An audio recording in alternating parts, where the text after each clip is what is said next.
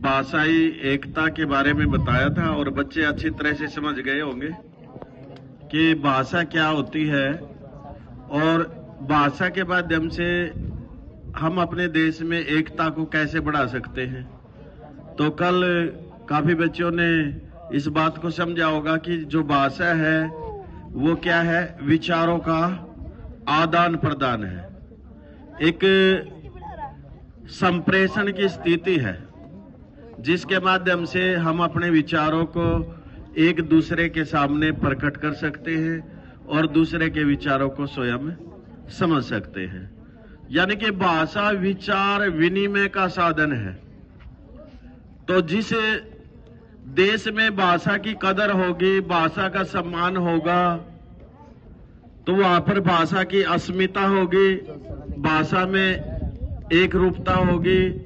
और जब भाषा में एक रूपता होगी तो उस देश में जो सभ्यता और संस्कृति है उसको पुष्पित फलवित होने में देर नहीं लगेगी।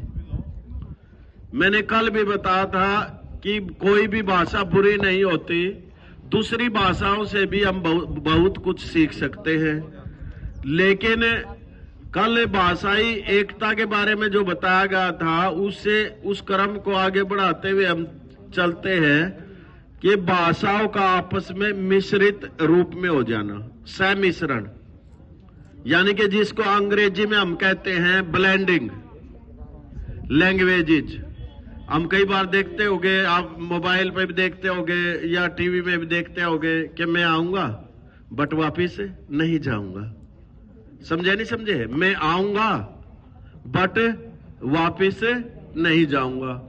यानी कि यहां दो भाषाओं का मिश्रण हो गया, हिंदी का और इंग्लिश का। ठीक है ना? तो कई कहते हैं अरे यार इस बात को बड़ी सीरियसली ले रहे हो। अरे नहीं नहीं, मैं तो मजाक ले रहा था। यानी कि मजाक के साथ क्या लगा दिया? LOI लगा दिया।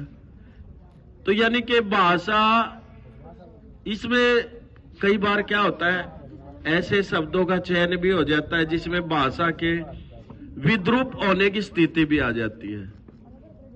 यानी कि अगर भाषा में ब्लेंडिंग है, सम्मिश्रण है, तो उसका अर्थ भी वो अर्थवाही नहीं होना चाहिए। उसका अर्थ जो है वो सही रूप में निकलना चाहिए। जैसे देखते हैं ना हिंदी में दे बैल गाड़ी, आपने देखा होगा शंकर शब्द, आपने तत्सम तद्भव देशज विदेशी छोटे बच्चों ने पढ़े होंगे ना। और उसमें एक संकर नस्ल भी होती है ना शब्दों की। संकर का मतलब है मिला जुला, यानी कि मिला जुले जो शब्द होते हैं उनको क्या कहते हैं? यानी कि कहीं की ईंट कहीं का रोड़ा और बानमती ने कुणबा जोड़ा। यानी कि बैल गाड़ी, यानी कि बैल और गाड़ी को जोड़ दिया, बैलगाड़ी होगी। वीडियो बना लो, फोटो भी। अब देखो पीछे एक शब्द था घेराव, हिंदी का शब्द था, लेकिन अखबारों में इतना प्रसिद्ध हो गया, अंग्रेजी टेक्नोलॉजी ने उसको अडॉप्ट कर लिया और अंग्रेजी में लिखने लगे घेराव, GHARAO। यानी कि अंग्रेजी अखबारों में जो घेराव शब्द है हिंदी का वो इतना प्रचलन में आ गया कि बाकी तो सब कुछ इंग्लिश में, लेकिन घेराव शब्द को अल्फाबेटिकली हिसाब से, वर्णमाला के हिसाब से उसको ऐसे का ऐसे लिख दिया गया। यानी कि भाषाओं के मिश्रण से भाषाएं परिष्कृत होती हैं, परिमार्जित होती हैं और भाषाओं का विकास होता है।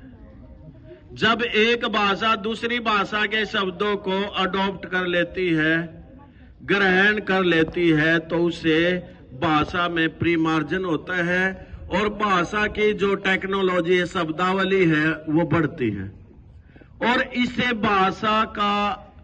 भाषाओं में सौहार्दपूर्ण वातावरण भी बनता है।